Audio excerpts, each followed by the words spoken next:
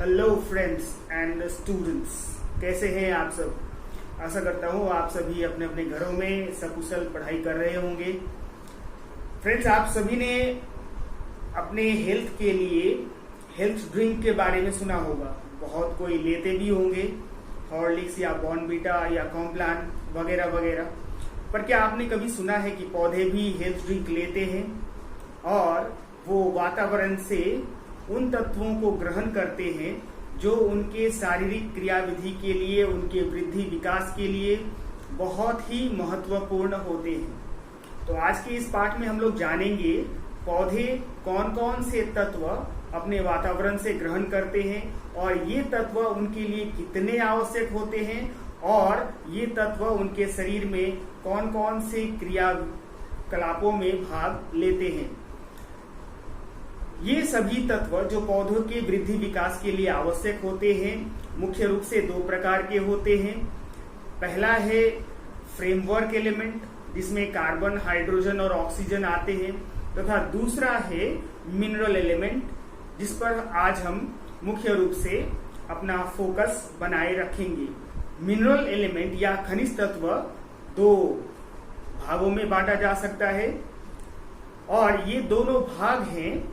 पहला है macro element और दूसरा है माइक्रो एलिमेंट। मैक्रो मतलब बड़ा, ज्यादा, जिसकी आवश्यकता पड़ती है और पौधे जिसके बिना तुरंत ही अपना वृद्धि विकास करना छोड़ सकते हैं, और दूसरा है माइक्रो एलिमेंट जो कम मात्रा में पौधों के लिए आवश्यक होते हैं। तो ये मैक्रो और माइक्रो एलिमेंट जो हैं ये पौधों के लिए आवश्यक होते हैं और इनके बिना पौधों की किसी न किसी क्रिया विधि में, उनके जैव रासायनिक क्रियाकलापों में विघ्न पड़ता है। उनका सही तरह से वृद्धि विकास नहीं हो पाता है, वो अपनी सुंदरता और खूबसूरती को बनाए नहीं रख पाते हैं। तो ये जानना हमारे लिए बहुत ही आवश्यक है कि पौधे कौन कौन से खनिज तत्वों का उपयोग करते हैं और ये किस प्रकार से इनका वर्गीकरण किया जा सकता है। तो आइए जानते हैं आज के इस वीडियो में पौधों में खनिज पोषण। तो आते हैं पौधों में खनिज पोषण, मिनरल न्यूट्रिशन इन प्लांट्स, और जानते हैं पौधों के इस खूबसूरती और तंदुरुस्ती का राज।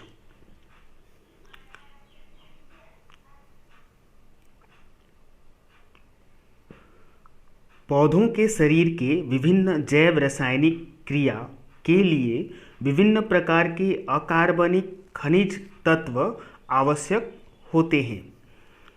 पौधों द्वारा इन अकार्बनिक तत्वों को अवशोषित करके उपयोग करने की क्रिया को खनिज पोषण कहा जाता है। ये खनिज तत्व पौधों में जीवद्रव्य का निर्माण, एंजाइम का निर्माण, ऑक्सी अनाक्सीकरण या ऑक्सी अवकरण की क्रिया, क्लोरोफिल का निर्माण, अम्ल क्षार का नियंत्रण आदि क्रियाओं के लिए आवश्यक होते हैं। देखा जाए तो इन खनिज तत्वों के बिना पौधों का जीवन ही असंभव हो जाएगा। यहाँ पे अकार्बनिक खनिज तत्व कहा गया है। अकार्बनिक खनिज तत्व कार्बनिक तत्वों से अलग होता है क्योंकि इसमें कार्बन हाइड्रोजन का बॉन्ड नहीं पाया जाता है। आपको पता होगा कार्बनिक पदार्थ वे पदार्थ हैं जिसमें कार्बन हाइड्रोजन के साथ जुड़ा रहता है और यह प्रायः जैविक क्रियाविधि के द्वारा ही उत्पन्न होता है या मनुष्य के द्वारा उत्पन्न किया जाता है।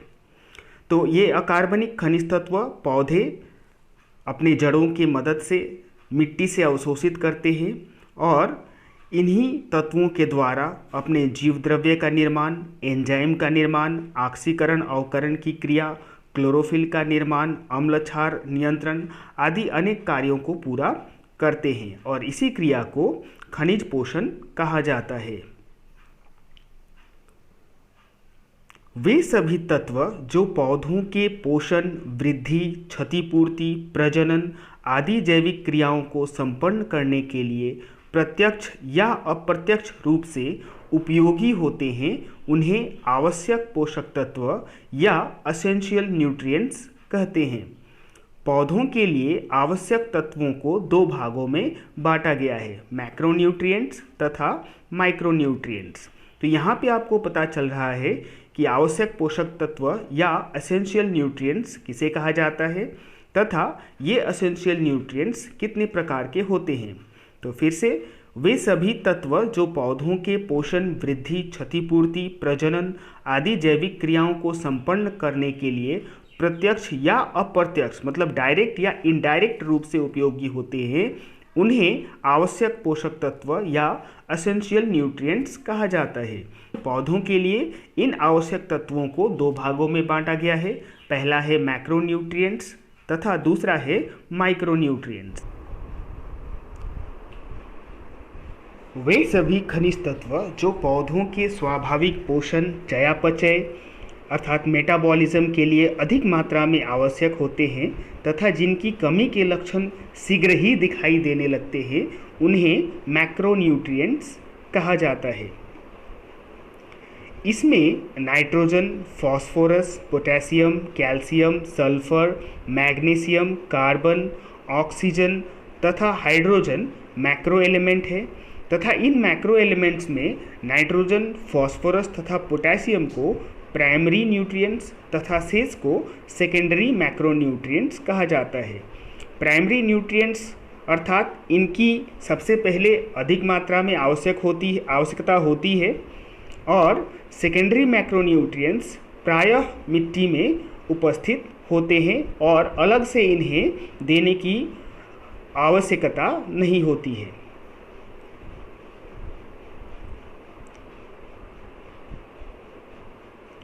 ये हैं प्राइमरी NPK अर्थात नाइट्रोजन, फास्फोरस, पोटेशियम तथा ये है सेकेंडरी कैल्शियम, सल्फर, मैग्नीशियम तथा सबसे नीचे है कार्बन, ऑक्सीजन और हाइड्रोजन। कार्बन, ऑक्सीजन और हाइड्रोजन को फ्रेमवर्क एलिमेंट भी कहा जाता है।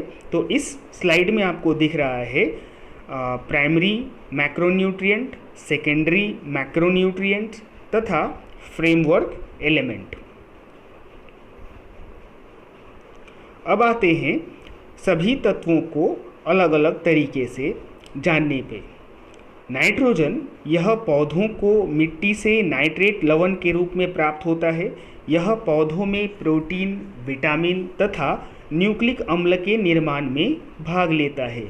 इसकी कमी से कोशिकाओं का गठन एवं वृद्धि रुक जाती है और पत्तियों में क्लोरोसिस रोग हो जाता है। बगल के चित्र में आप देख रहे हैं पत्तियां पीली पड़ रही हैं और ये नाइट्रोजन की कमी के कारण हो रहा है।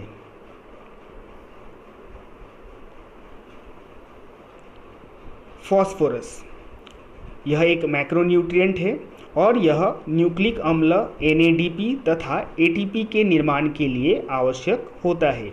इसकी कमी से पौधा छोटा एवं कमजोर हो जाता है तथा पत्तियों एवं तनों का रंग नीला हरा हो जाता है। फास्फोरस की कमी से होने वाला एक लक्षण आपको बगल के चित्र में दिखाया गया है।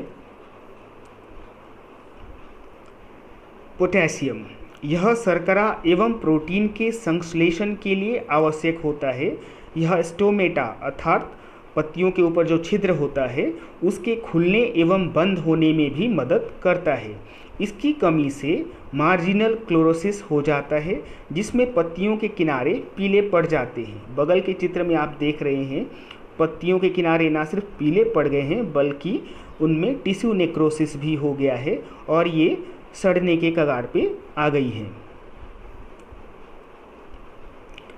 कैल्शियम, इसके द्वारा कोशिका भित्ति का निर्माण होता है। इसकी कमी होने पर वृद्धि में रुकावट आती है।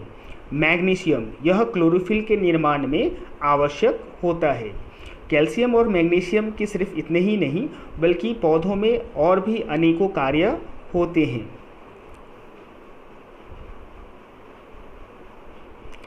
इसके अलावा भी पौधों में कार्बन, ऑक्सीजन, हाइड्रोजन, गंधक आदि मैक्रो पोषक तत्व अर्थात मैक्रो एलिमेंट्स पाए जाते हैं जो जीव द्रव्य के निर्माण, प्रकाश संश्लेषण, पोषण, श्वसन आदि क्रियाओं के लिए अति आवश्यक होते हैं।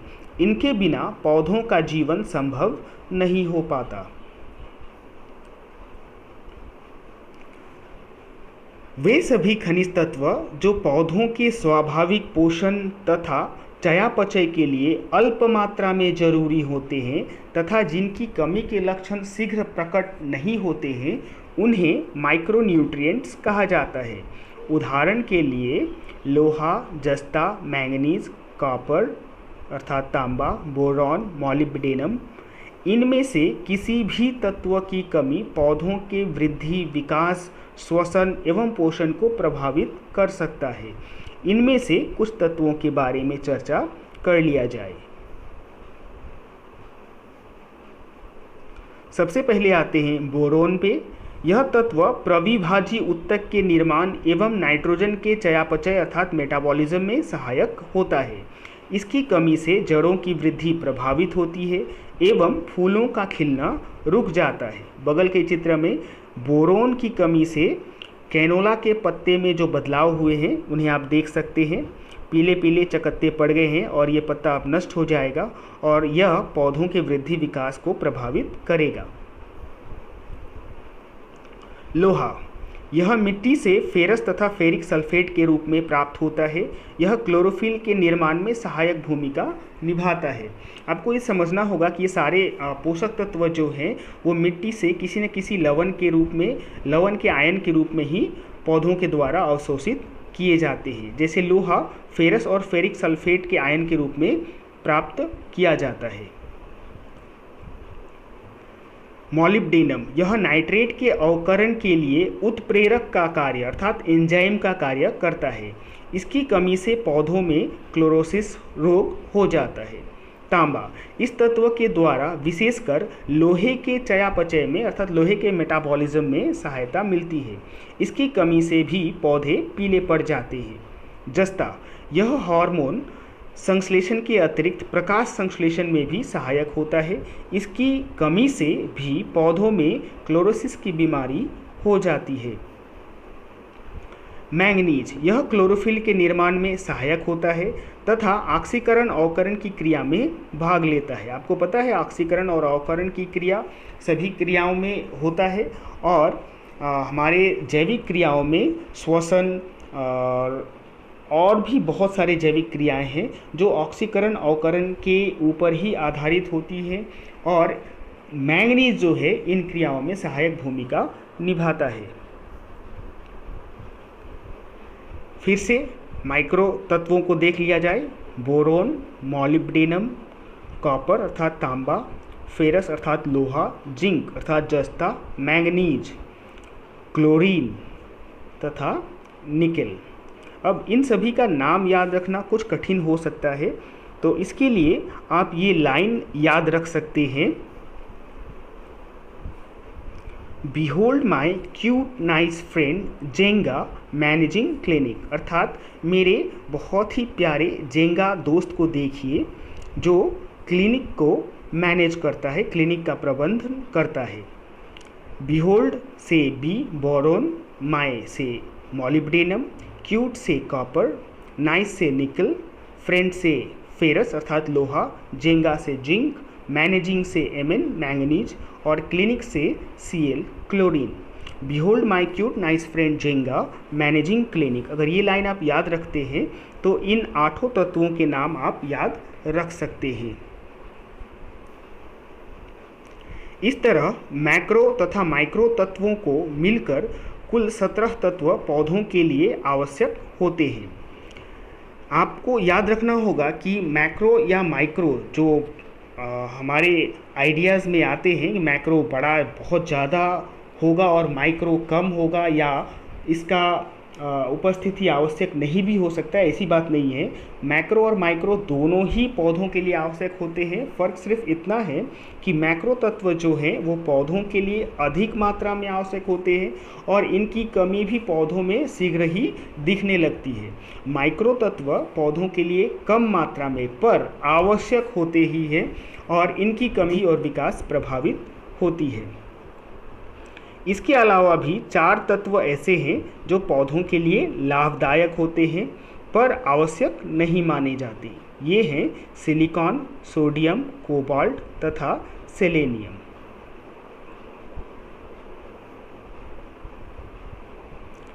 अंत में आते हैं खनिज पोषण के आखिरी स्लाइड में और जानते हैं कि आवश्यक जो तत्व हैं पौधों को, उनको कैसे वर्गीकृत किया जा सकता है। सबसे पहले आवश्यक तत्वों को दो भागों में बांटा जाता है। एक है फ्रेमवर्क एलिमेंट और दूसरा है मिनरल एलिमेंट। फ्रेमवर्क एलिमेंट को पौधे वायु और जल से अर्थात मिट्टी से भी प्राप्त करते हैं। ये हैं कार्बन, हाइड्रोजन, ऑक्सीजन तथा मिनरल एलिमेंट जो हैं वो साधारण रूप से मिट्टी से ही आयन के रूप में प्राप्त किया जाता है और इन्हें दो भागों में बांटा गया है, जैसा आप देख चुके हैं, मैक्रोन्यूट्रिएंट और माइक्रोन्यूट्रिएंट। मैक्रोन्यूट्रिएंट्स को फिर दो भागों में बांटा गया है, प्राइमरी न्यूट्रिएंट अर्थात प्राथमिक पोषक तत्व तथा सेकेंडरी न्यूट्रिएंट या द्वितीयक पोषक तत्व। प्राइमरी न्यूट्रिएंट्स है नाइट्रोजन, फास्फोरस और पोटेशियम NPK तथा सेकेंडरी न्यूट्रिएंट है कैल्शियम, मैग्नीशियम तथा सल्फर Ca, Mg और S। उसके पश्चात 8 जो माइक्रो न्यूट्रिएंट हैं वो है zinc, copper, manganese, iron, boron, molybdenum, chlorine और निकेल। और इन 8 तत्वों को याद रखने के लिए जो लाइन था वो आप जान चुके हैं, Behold my cute nice friend Jenga managing clinic।